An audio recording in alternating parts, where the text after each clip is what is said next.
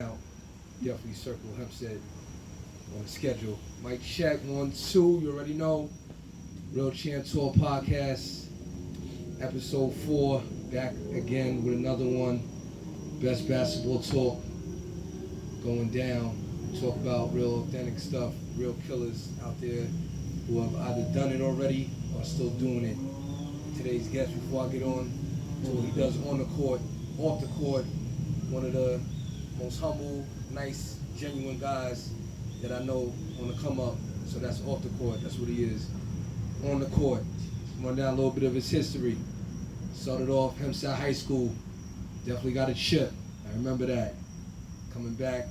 What was that? What year was that you got the chip? That's 07 chip. Played at Xavier University, D1. Has spent time overseas playing ball.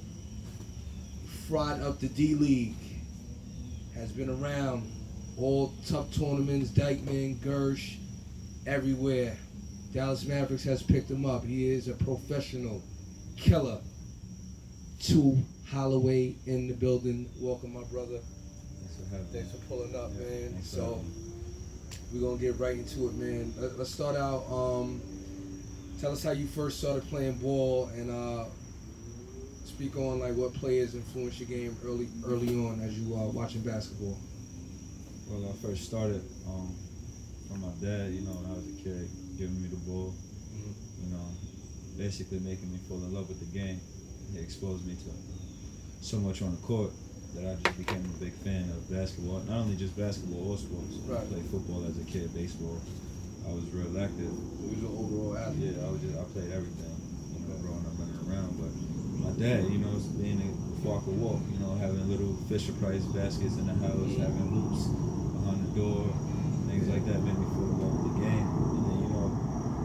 And then, being like 5, 6 years old, traveling to, Gaucho's gym, watching, Marbury, Shamgar, Kareem Reed, all those when I was a kid. I was live at a lot of those Rucker Park games, Gaucho's gym, when they was in high school. Absorbing all that energy, seeing what it does. That's a fact. So being a part of all that, and, of course, you got guys like Ob Scott from Hempstead, E. Ferg, Eric Ferguson from Hempstead, guys that I grew up under, right. That, influenced me. So you come from a long line of great guards, a lot of talent coming at that Hempstead area. Speak on like early on, like as you watching like the NBA, like who did you try to like pattern your game after? Like who did you look up to coming up? Well, definitely, Stephon Marbury is my favorite point guard in the history.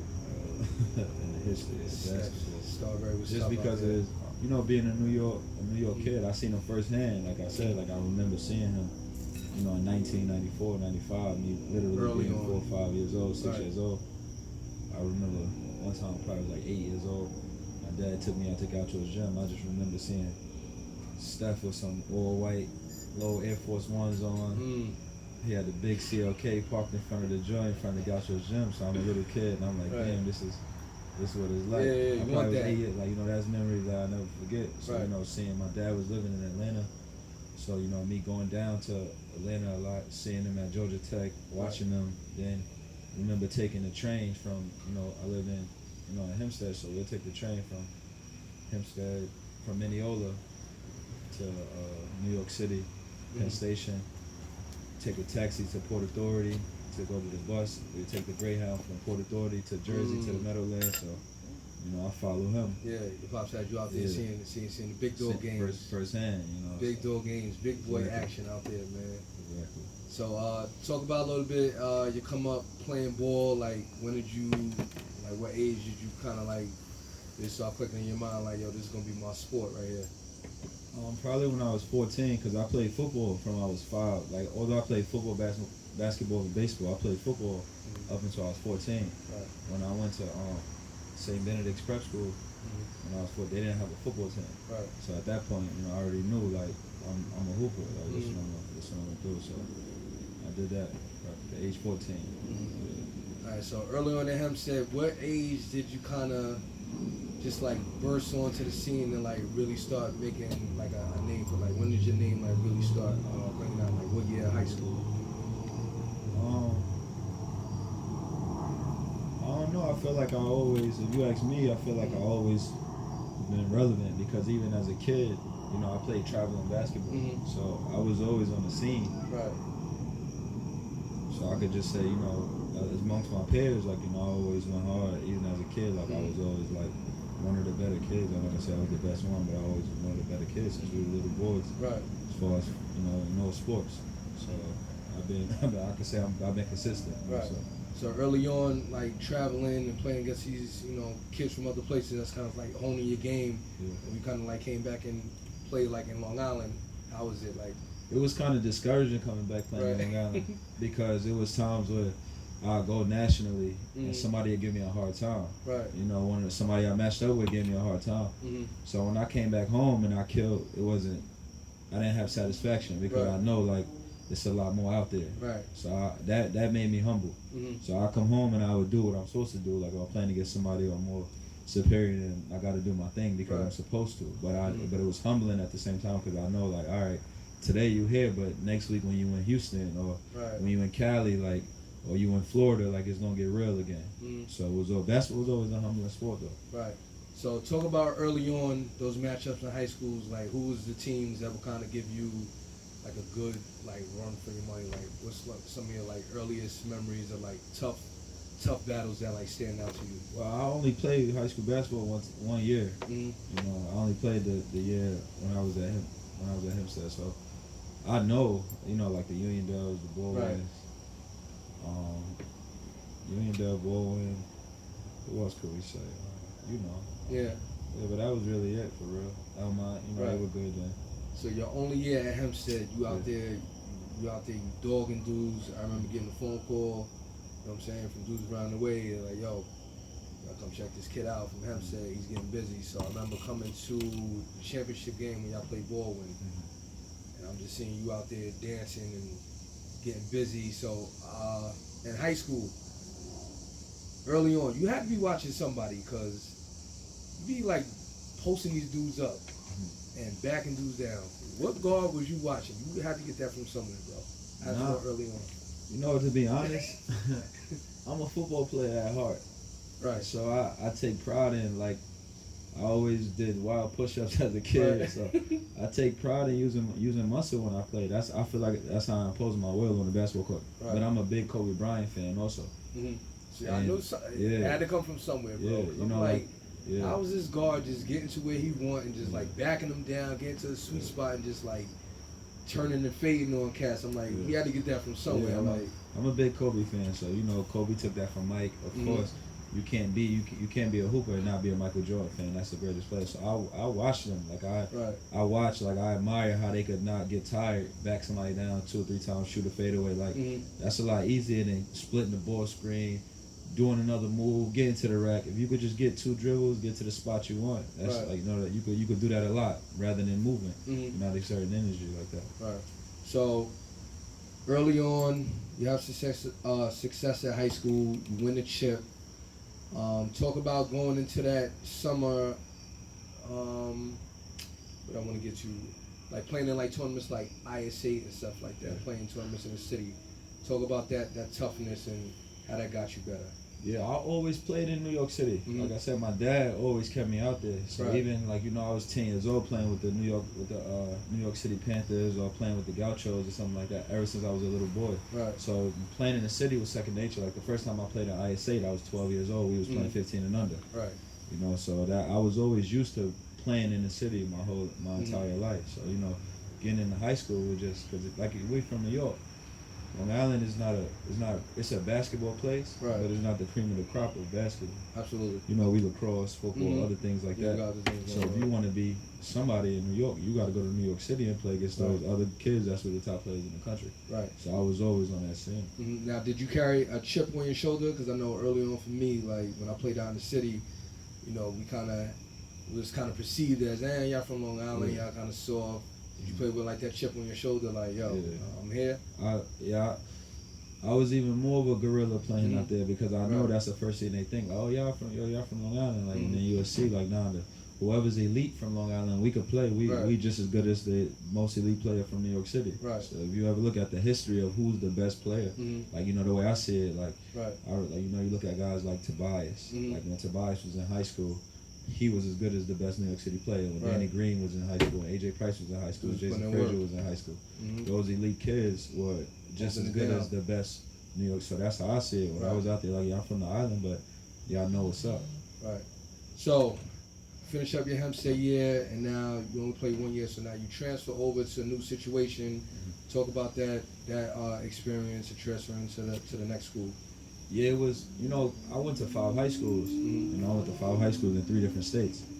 So when I finished my last year at Hempstead, I was a junior, but I didn't have enough credits to come back to Hempstead and graduate. I needed to go to like a prep school kind of.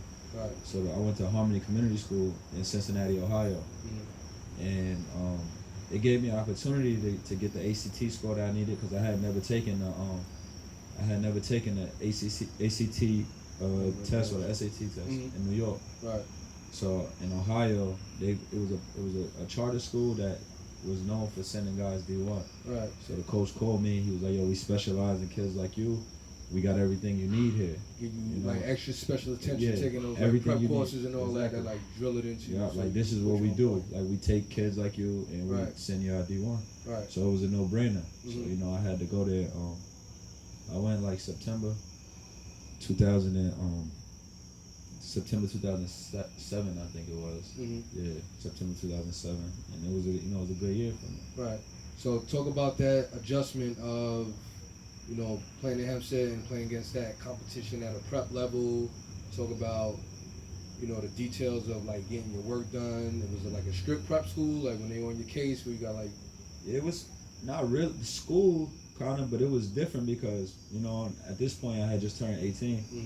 So I'm going into my senior year, and we lived on our own. I had my own apartment out there and all that. Right. So it was like, at this point I knew I had to take care of business. Like, yo, this is my last shot to go Division I, or I'm gonna go to a junior college, which I didn't want to do. Right. So I was on my own. You know, when I was in school, you know, the teachers and everybody made sure, like, you know, I had everything I needed to be successful. But as far as living, I was like, you know, outside of school, I'm in Ohio by myself. Right. My family is in New York, but I'm out there, you know, trying to take care of business. Right. So that gave you time to like concentrate and really like play ball and just focus and concentrate. Yeah, that's it. You know, at that point, you know, I made my mind up already. Like, you know, this is what I'm gonna do. This how I'm gonna earn a living for myself, and this is what I'm gonna be a part of. So, you know, that's just what it was. It was clean cut for me. Like, go to school during the day, you know, take care of your business, you hoop, and then on free time, you to yourself. Right. So your prep year, you start cooking. Things is going well for you. Talk about that early recruitment process. When you start getting letters and your phone start blowing up and coaches and just that whole experience and taking college visits. Talk about a little bit of that, man. How did that make you feel? Well, my first real time getting recruited, I could go back to when I was 14 and I went to St. Benedict. And I just because when I first went there, J.R. Smith was a senior at the school, and he went crazy. He was going crazy. So I remember like I didn't play on the varsity team because I actually repeated 8th grade when I went to St. Benedict's because I was 14 years old. Right. Everybody else on the basketball team was 18, 19 years old. So they're like, yo, you know, this is the process of, you know, maturing the extra year. Right. But I remember being in practices and stuff and seeing like, you know, this one Lou Olson from Arizona there, seeing Roy Williams, JR had just committed to North Carolina. So I remember that. People remember me from those practices. See, one thing when you get to a big time level, whether like if you go to a big time college, you're amongst elite players for the next level. So NBA people come watch your practice. When you go to a big time high school, you're practicing amongst other elite kids. So now colleges come see you. Right. So I remember being. It only take one player to get it rocking, and then the coaches is gonna flood the gym. They're gonna start. Exactly. It's like picking a litter. So I remember like all the schools. Like growing up, I always wanted to go to like Kentucky. So now, you know, you fast forward a couple years, I'm 17 now. I'm getting recruited heavily because now I remember going to the King James tournament in Akron, Ohio. And because I failed for 2 years in school, I didn't get a chance to play. So now I'm back on the scene. People go from seeing me, oh yeah, I remember he was at St. Benedict's. Now they haven't seen me for 2 years. Right. Now they see me and they're like, oh, that's so-and-so. And I was playing well. So I remember Texas A&M was the first school that recruited me. And I remember flying. I had met Kyrie Irving's dad. And I met his dad in New York City. He was working for a company, Reuters. And he was like, yeah, my son, he's young right now. He just finished his freshman year, but I want you to meet him. And then we flew out to Texas A&M together. And that was the first offer I had. Wow. It was probably the spring of 2007. And I remember Texas A&M offered me. I went to College Station. I was like high on Texas A&M because all my life, now I'm seeing all my friends at this time. Kimba committed to UConn. Everybody be talking about that first visit. Like once you take that first visit, you get so excited. It's like, yo, this is the school I'm going to because if you show you so much love. Because this is what you've been waiting for. Right. So now I see all my friends going to, the places that they signed into. Irv Walker going to Florida, Kimba going to UConn, E-Banks going to Indiana, and I didn't have any schools at the time. So finally, I'm like, all right, this is what I've been waiting for. So I guess once more schools over that summer, I started doing my thing. More schools are coming in. And then Gonzaga was the second big school that really offered me like that. So now, once the summer go, Tennessee come. I remember they came to Hempstead. They came to Hempstead, so now I'm high on Tennessee because I like Bruce Pearl. Bruce Pearl. Yeah, at the time I like Bruce Pearl. Coach good guards. Yeah, so now it goes down because I come back home after AAU for the summer. So now I go to prep school, and I remember Kelvin Sampson. Kelvin Sampson came to see me on a Monday, Tuesday. Now he's at Indiana. Right. And he come see me on a Monday, Tuesday. We in practice because, like I said, we got 5 kids at the time who's top 100 on our team. So all these college coaches is coming to our practice. Right. And me and E-Banks played AAU together when we was kids. So E-Banks had already committed to Indiana. So I guess E-Banks from the Bronx, right? No, he's from Queens. He's from Queens? Yeah. From Queens, Long Island City. So I guess however the word got out, this point guard is here, he's in Ohio, you guys are in Indiana, he's close. Him and E-Banks play together. E-Banks was the prize recruit at the time. So he come see me Monday, Tuesday. They invite me to Midnight Madness, which was that upcoming Friday. Right. It's 20,000 people for preseason. They just playing against each other, scrimmage, dunk contest, and all that. It's crazy when you see that. Yeah, so I went in there. I grew up wanting to play on. ESPN. I'm like Indiana University. Ain't nothing bigger than the Big Ten. It's a blue blood school, one of the top 5 traditional schools in the history of college basketball. So it was a no-brainer. As soon as I got on campus that Friday, I committed. And then I came down, so I committed to Indiana. The next thing you know, Coach Sampson gets in trouble because of the violations with all that. But I had it in my letter of intent because the same thing happened to him at Oklahoma. Right. So the person that was advising me during the time is crazy. He was like, hey, just put it in your letter of intent that if he gets in trouble or gets fired, you don't have to go to that school. You could go somewhere else. And I had it in my letter of intent. It was in part of my contract. So as soon as he got in trouble, I still went, and I'm saying it. I knew the program wasn't gonna be the same. Right. So I wound up backing out, and then it came down to LSU, Oklahoma, Kentucky. LSU, Oklahoma, Kentucky. These are big boy schools, man. So I mean that that prep team, y'all was legit. Y'all was cracking dudes. Yeah, and St. John's because I was from here. Right. But I was I was the number 100. Rivals had me as the number 100 recruit that year. I was the last 4-star prospect in the country. So all the those top 25 schools were gonna come calling. And then it's crazy. My AAU coach from when I was 16 was the assistant at Xavier. Xavier never recruited me. It was more yo, I'm coming here. Right. Because my house literally was on the same. When I lived in Ohio when I moved, was on the same block as Xavier. It was just 1 mile up, but it was literally on the same block. So I would walk down there, even when I was signed to go to Indiana, I was still on Xavier campus every day because I'm just enjoying the college life. So that whole time you there, it's right under their nose. Yeah, they already had Mark Lyons at the time and Brad Redford. Brad Redford was another guard. He was Michigan Mr. Basketball. Right. They had already signed. They had their backcourt for the future. Right. But then I'm there, and the next thing you know, I'm an open recruit, and I'm on campus, and Coach Miller was like, yo, listen, man, you here? And I'm like, yeah, I'm already here. And he's like, yo, it's a done deal. I want Xavier. Wow. Yeah. So talk about your coach, that relationship with your coach, getting there your freshman year and pushing you to get better. So talk about that experience, adjusting to the freshman life. Now you on campus, D1, reach your goal. Yeah. Well, let's cheers to that real quick. Right. You know what I'm saying? A little champagne. Yeah. You know what I'm saying? You already know, man. Got the homies in the building out here, man. Right. Oh yeah. Out here, Real Champ Talk podcast, man. So we are at the freshman point. Your big man on campus. Talk about that experience, man. Well, it was difficult because, you know, I never been there before. Like, I mean, like that stage of my life, I never been a freshman in college. So anything that's new is gonna be difficult because you don't know how it is.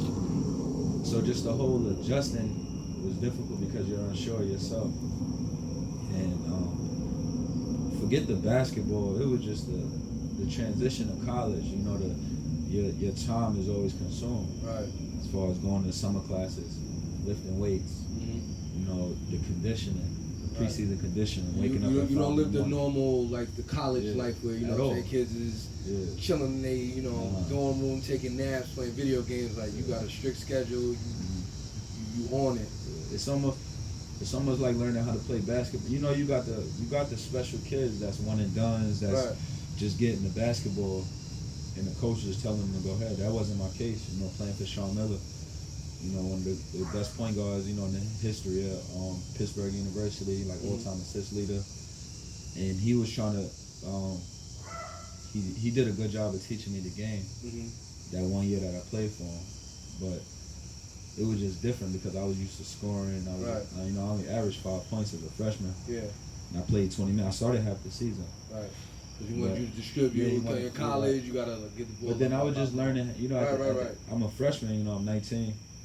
I'm managing, you know, my team was full of seniors at that time. So, you know, I'm trying to manage the game. I'm trying to keep myself happy as far as playing how I play and keep them happy and running the team. Right.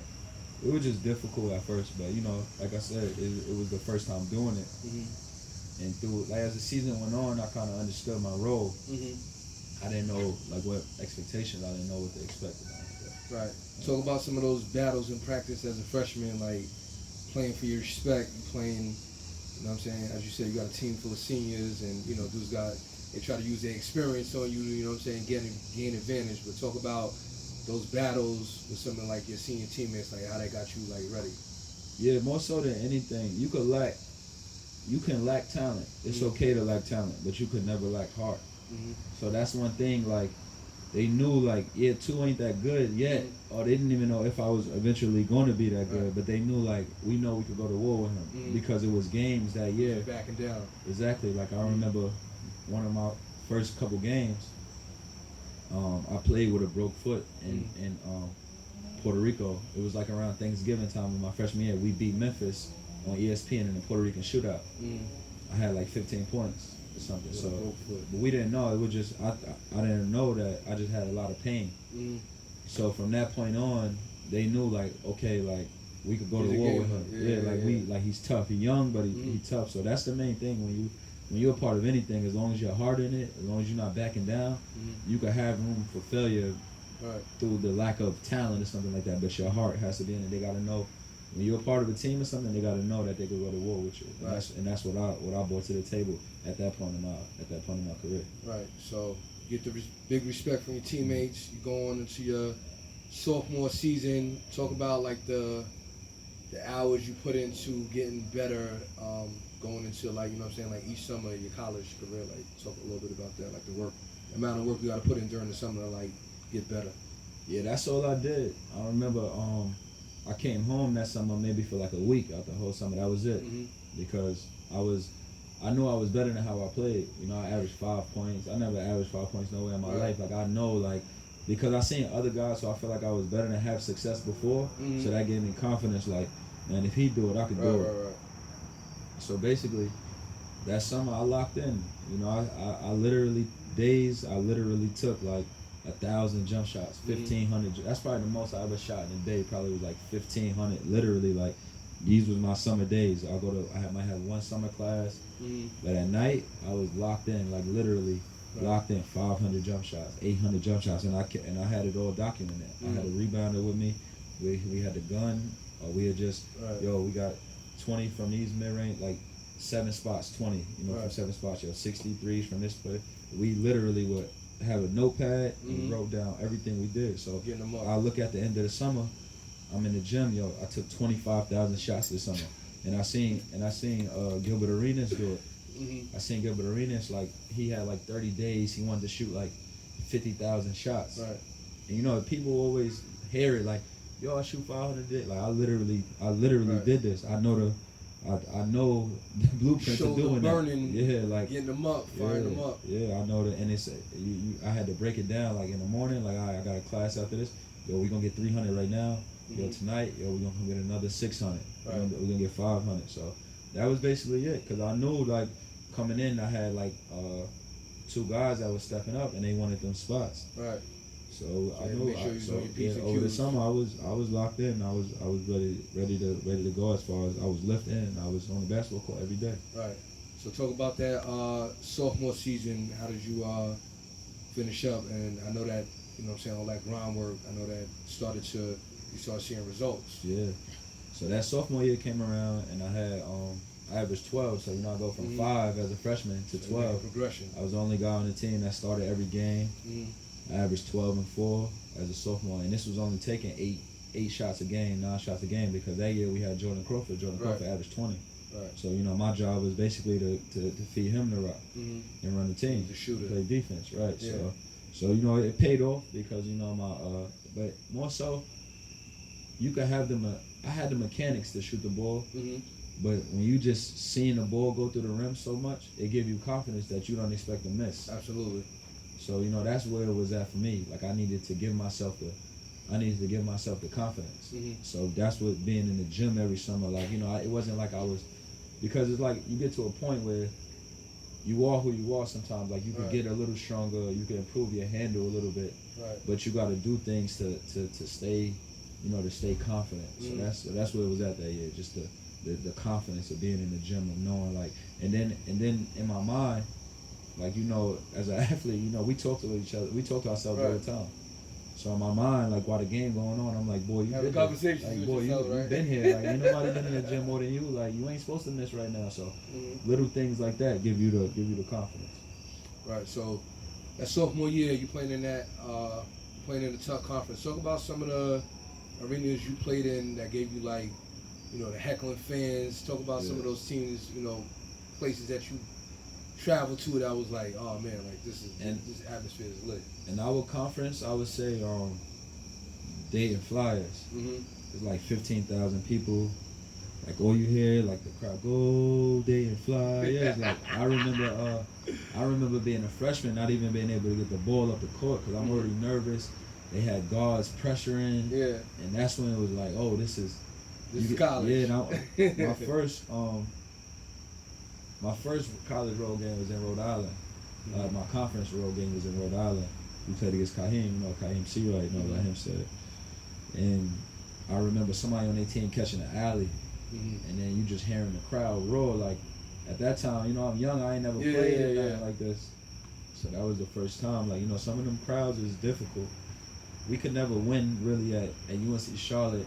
Their crowd used to be dead, but it's like it rock you to sleep because as soon as it was a shooting gym, so you hit 2 or 3 threes. Now the momentum it's like I probably got like 1 win there in like 4 years at UNC Charlotte. Like little teams that was just like a pain in your butt. Yeah, some places just be difficult to play, but college basketball is different, that atmosphere and everything. Right.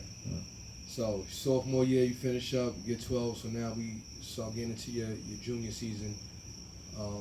Lead us going into that year. What's your mentality? What you feeling? Once you start getting into like the later years of your college, obviously your goal is to get to the NBA. So talk about how, dealing with a little bit of that pressure and really want to like perform well and all that. Speak on a little bit about that. So just to piggyback into my junior year, we lost to Kansas State in the Sweet 16, double overtime. Yeah. I had 26. So I'm thinking like, I'm on the stage. I had 26. Yeah. I could go to the league right now. So I'm talking to my advisors and everybody. And they like, nah. They was like, all right, now people know you. Right. So you got to do that all next year. Mm-hmm. You got to do that all next year. So, you know, going into my junior year now, like, I was still kind of nervous because like, all right, I averaged 12. Mm-hmm. I feel like I'm a little better, but I didn't know how I was going to play. So now that I follow that same workout routine, you know, in the gym every day, 20,000 shots, all that, you know, getting over these summer sessions. If I'm at school for 10 days, Mm-hmm. I want at least 15,000 shots right. or something like that, you know. So this is how I'm doing it. So, you know, going into my junior year, Jordan Crawford leave. So now I'm the scorer on the team. Right. So now I go from 12 to 20. Mm-hmm. So now my junior year, I average 20. I'm the player of the year in the more of a conference. leadership role and all exactly. that. Mm-hmm. You know, player of the year in the conference, second team All-American. Mm-hmm. But we, I think what was our record in conference? I think we was like 15-1 or 14-2. Mm-hmm. Top 25 school like every year. So we go to the tournament. I think we like a 5 seed or something, and we lose to Marquette in the first round. Mm-hmm. But you know, it looked like an upset, but in all reality, it wasn't an upset because we didn't have any NBA players. Like none of us that was on my team, mm-hmm. on my roster, ever played in the NBA. Marquette had Jimmy Butler, Jay Crowder, Dwight Bikes, Vander Blue. So in all reality, Marquette had 4 NBA players on that team. There was no pushovers. That's a fact. So they had 4 NBA players on that team, and we just we lost. So at that point now, I'm like, you know, I gotta go to the league. Mm-hmm.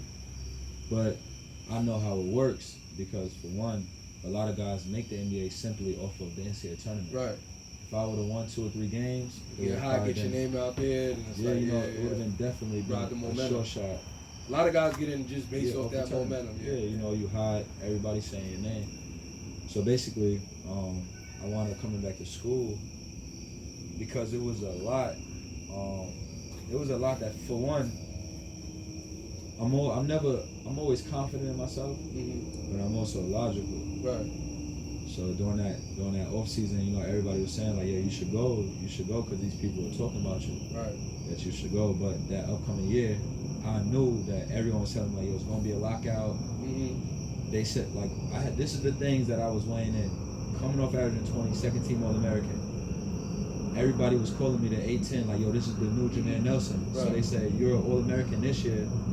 That's high praise. Hold up, before you even go on, that's high praise to say, because what Jameer Nelson was doing in college in St. Joe's, him and Delonte West, they was putting in work. Yeah, They was putting in work. So, you know, you got like everybody saying there's gonna be a lockout, so there's not gonna be no NBA on TV. So that means everybody's gonna be watching you guys next year. Right. Yo, you surprised everybody and average 20. So imagine this all summer when everybody's gonna be talking about you. You're gonna be preseason first team All-American. Mm-hmm. So this is what I was weighing. I was weighing like, damn, entering the draft, not get drafted. I'm waking up in the middle of Europe when I know I could still be at Xavier, comfortable, happy, living a college life, and seeing what happened. Mm-hmm. So, you know, I wound up going back to Xavier. Now this is my senior year because now, you know, I'm weighing everything, all the options, and I was just more comfortable with going back to school. Mm-hmm. So now, you know, like that year, my junior year, Mark Lyons was on the team. He averaged like 11 to 12 points. Mm-hmm. So now, if you fast forward to my senior year, I averaged 18. My field goal percentage and everything went up, but I didn't have to be as productive because now I got Des Wells coming. I got Mark Lyons in the bigger role. Nice crew. Yeah, so you know we wound up winning. Like we was ranked high and all that in the country, but you know everything is about timing. Like I remember Jay Williams calling me after we got into the fight with Cincinnati. We're gonna get there. So let's. The senior year, we definitely got to slow up the dog on that one. We got to slow up the dog because your senior year, that's one of the most. I remember watching, man. I'm just like, I'm checking my guy out, looking on ESPN, all the big games, performing, eating out there. Before we even get into that, talk about the March Madness. The March Madness experience. Talk about like, what was that experience like for you playing in like a March Madness tournament and having cameras all in your face, getting all that attention and playing on that big stage. What was that feeling like for you? It's big because I remember being in like 7th grade and my teacher Mr. Moore literally let me watch the NCAA tournament during school. Right. Like I remember he like, all right, go over there. Like you know, you in school. He like, yo, go ahead too. Like you got Everybody channel filling out too. them bracket sheets. Yeah, and all like that. I remember him letting me watch, and then Yeah. I remember, I think I was in high school, and E. Ferg was playing against Bucknell. Mhm. That's when he was at Arkansas. He was playing against Bucknell, and I remember in the library, they had the big monitor. They had the monitor down, and they was letting us watch the TV. Mhm. So you know that's like as a college basketball. I mean, as like a, you know, after you know you want to make the league, there's certain things you want to do. Like, Right. y'all want to be a McDonald's American, or I want to play in the NCAA tournament, and being able to play in the NCAA tournament 4 years, you know, you fly, you know, they put you on NCAA planes and all that. You know, you get police escorts through all the city. Right. You in practice, all the fans in your practice. You know, you go to the podium, do your press conference and all that. So that was just one of my goals. That you know, being a kid, that I could something I could check off and say I did. And I was fortunate enough to play in the tournament 4 years. I never missed a tournament. Mm-hmm. Right. All right. So you get into your senior year, right? You got it going.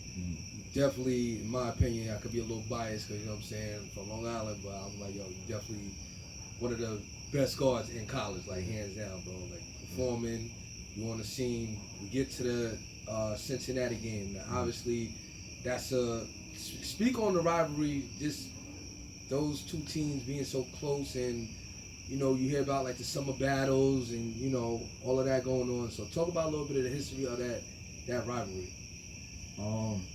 It's a big time rivalry because for one, they're literally Xavier and Cincinnati is 5 minutes away. Wow. So you gotta understand when you share something with somebody, that's like, you know, you and your little brother in the house or something like that. You be like, yo, this is my space. This is mine. This is my area. That's what made them battles so fun. Like watching those games, watching y'all play, man. Like, you know, you think about us being here. You know, got Hempstead, Roseville, Unionville, Freeport, Bolton. Like we're all 5 minutes. Right. Everybody. Those teams match up. It's like right. It's bound, you're bound to see a clash. So it's like you could get beat up by someone that you ain't gotta ever see again. Mm-hmm. But you can't keep getting beat up by someone that you gotta walk down a hall with in high school or something like that. So you know that's basically where it's at. Right. So you get into your senior year. Obviously, you playing against a team that you have. Your freshman year, you dealt with this battle. Your sophomore year, you dealt with this battle.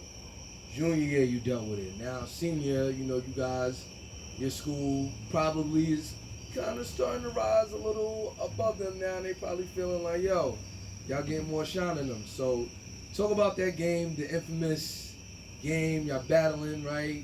Just talk about before the, you know what I'm saying, all the altercation stuff happening. Just talk about the intensity of that game. Because I remember watching that game and like, yo, these dudes is going to war right now, man.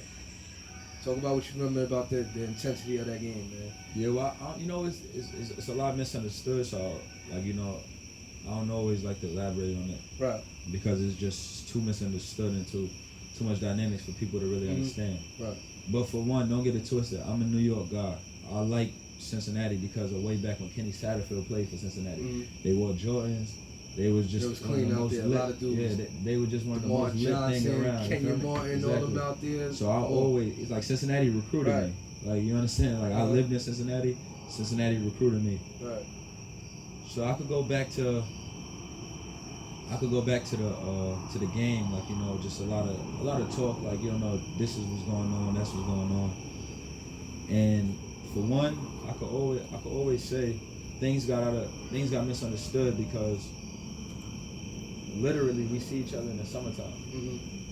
We play in the same summer league. I actually played with a lot of Cincinnati guys sports that summer on their summer league team and like the little pro-am we got. But like I said, things got misunderstood, and then it got a little blown out of proportion because you watch a baseball game, you see benches clear all the time. Right, absolutely. You watch. They don't really make a big deal out of it. You watch hockey, guys are walking around with no teeth.